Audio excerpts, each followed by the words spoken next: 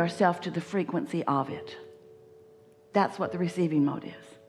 You have to get up to vibrational speed with what you have vibrationally become. And when you are, then you receive the impulses.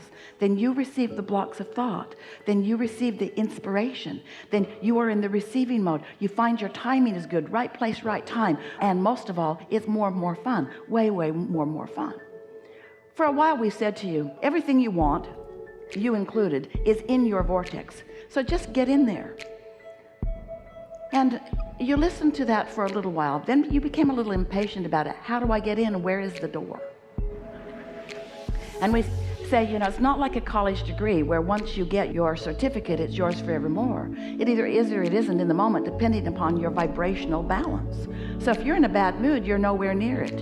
If you're feeling wonderful, then you are. Your emotions are the key. They are your indicator of how close to being in the vortex you are. And then we began a more easy for you to understand analogy. Rather than asking you or demanding of you, that never works, that you get in the vortex. What we're really asking you to do is just stop doing that thing you do that is keeping you from the vibrational equivalency of your vortex. If you're not focused upon something that is different than your vortex, then you'll be right there. It's like the cork that bobs on the surface of the water. You can hold it under the water. That's unnatural to the cork.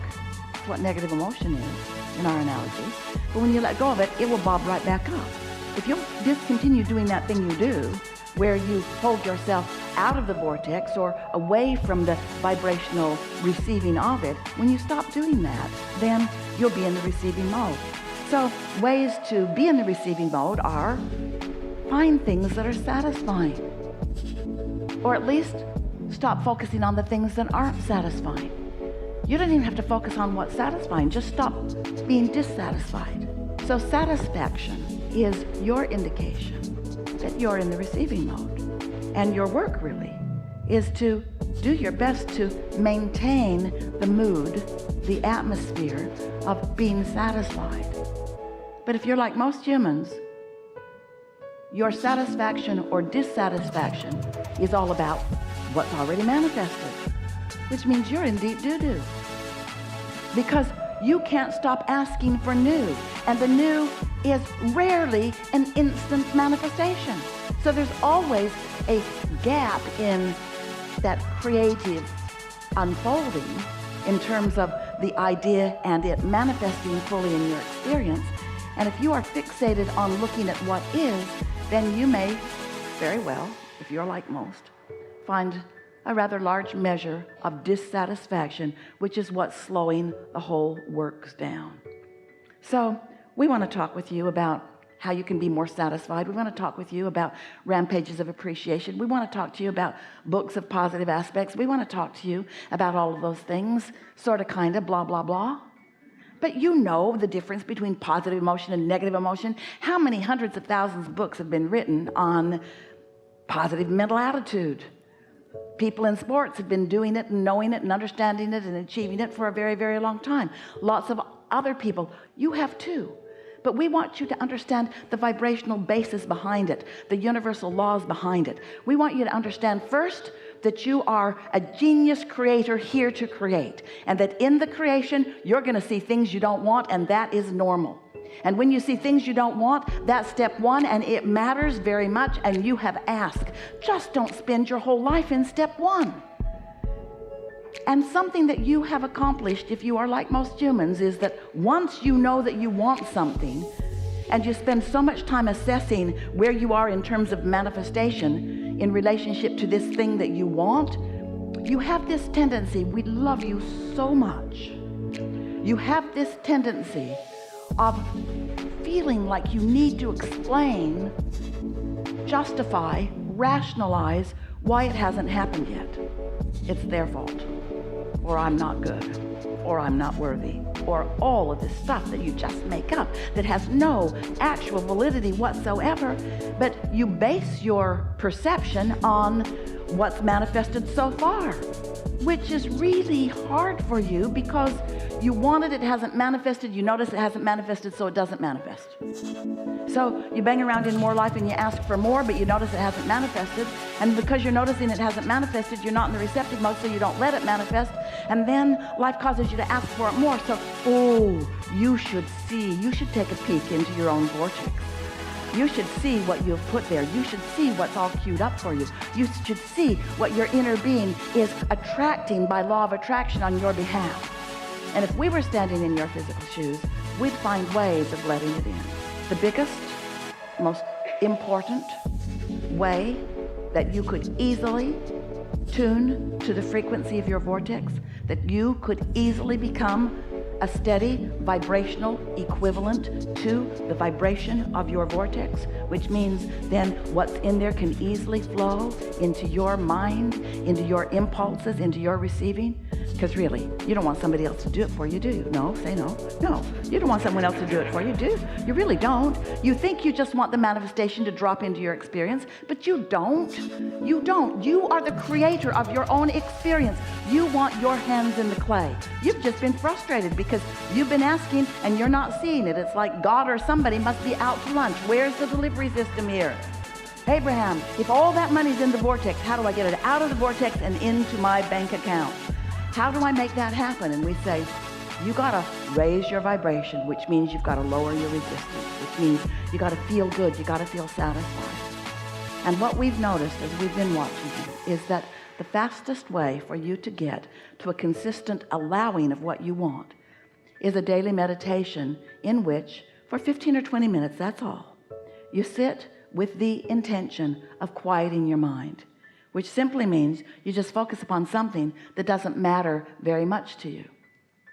Esther, if she were deciding that she were going to meditate in this room, she would sit, take her shoes off, get comfortable, put her feet on the floor, leave her shoulders loose and her hands in her lap, and breathe a little bit, and then she would listen for something in the room. Sometimes she even uses her cell phone because she's got an app that has sounds on it.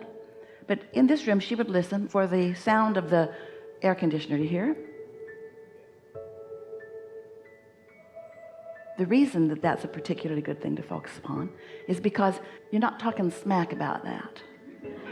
I've heard better.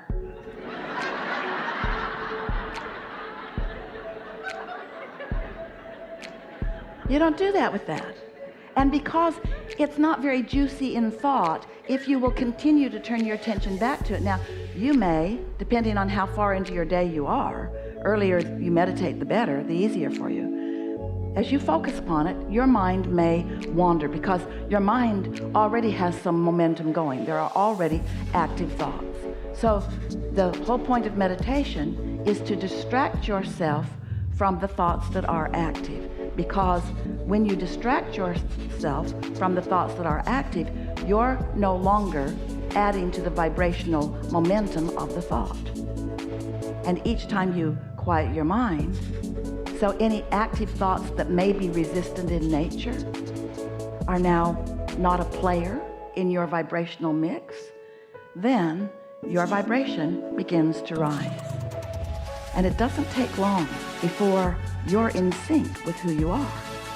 Now, don't be upset if once you've found that place of detachment, if thoughts are flowing in your mind, just ask yourself the simple question. Okay, the thoughts are louder now than the air conditioner that I was focused upon, but are these thoughts satisfying? And if the thoughts are satisfying, then just know that you are most likely in the receiving mode and that you and your inner being are sharing these thoughts. Your inner being is thinking these thoughts and you are receiving these thoughts, and you and your inner being are thinking these thoughts, and the momentum, can you feel it in your body? Some of you can, can't you? The momentum of these thoughts is the process of thoughts turning to things. Now, they're not going to turn to things immediately. The ceiling isn't going to open and your $20 million is not going to fall at your feet, probably. Now we're talking smack about your millions. But what is going to happen is the vibrational momentum is becoming more. And whatever it is that you've asked for that has already been given is now going to be within your vibrational view, your emotional view, your sensing view, your impulse view. You know it. Sometimes you're in traffic. Driving is really a nice thing because often you're distracted from thoughts. And often you'll get an impulse to change lanes or to take an exit or to do something that is clear communication from your inner being. But if you're not practiced at deliberately quiet your mind, if you're not practiced at deliberately raising your vibration, if you're not practiced at the feeling of alignment, if you don't know when you're in the receiving mode and when you're not, you see, we want to call that under the influence, really under the influence of who you really are. But we also have to say, you are always 100% of the time under the influence of something. And usually we love you so much, you are under the influence of what is, which means what is not changing for you. You got to stop being so under the influence of how things are and allow yourself through meditation and appreciation and positive aspects and any other thing that you can think of. If it's satisfying for somebody to rub your feet, get your feet rubbed. And so on. Satisfaction, satisfaction, satisfaction, satisfaction, satisfaction, satisfaction. When you make that something that matters to you, others around you will call you selfish. Others around you may not understand the importance of this alignment that we are guiding you toward. But when you will put how you feel first and foremost, and then you will set yourself up for success. One day many years ago, Esther was talking to her daughter, Tracy, and Tracy's children were little. And Esther was on the phone with her, and Esther said, "What are you doing?" And Tracy said they were getting ready to go out for the day. They were going to meet Jerry and Esther somewhere. And Tracy said, "I just want to set them up for success for this day." And Esther said, "What do you mean?" And she says, "I mean, I want them to have eaten. I want them to have had their nap. I want them to be in the place where they are going to have the best day with you guys." Isn't that a nice thought? Don't bring your kids out starving and hangry. And don't do it to yourself either. Don't enter your day sleep deprived and deprived of things that matter to you. You got to be nicer to you. You got to put yourself in the place of more moments of your day feeling satisfaction, which means you got to tune yourself to the things that are. Esther was on an airplane flying into White Plains, and she was basking in the beauty of the day. Oh, such a pretty day. Such a nice flight. Such a nice airplane. Such an easy commute. She had her neck pillow, her lovely neck pillow.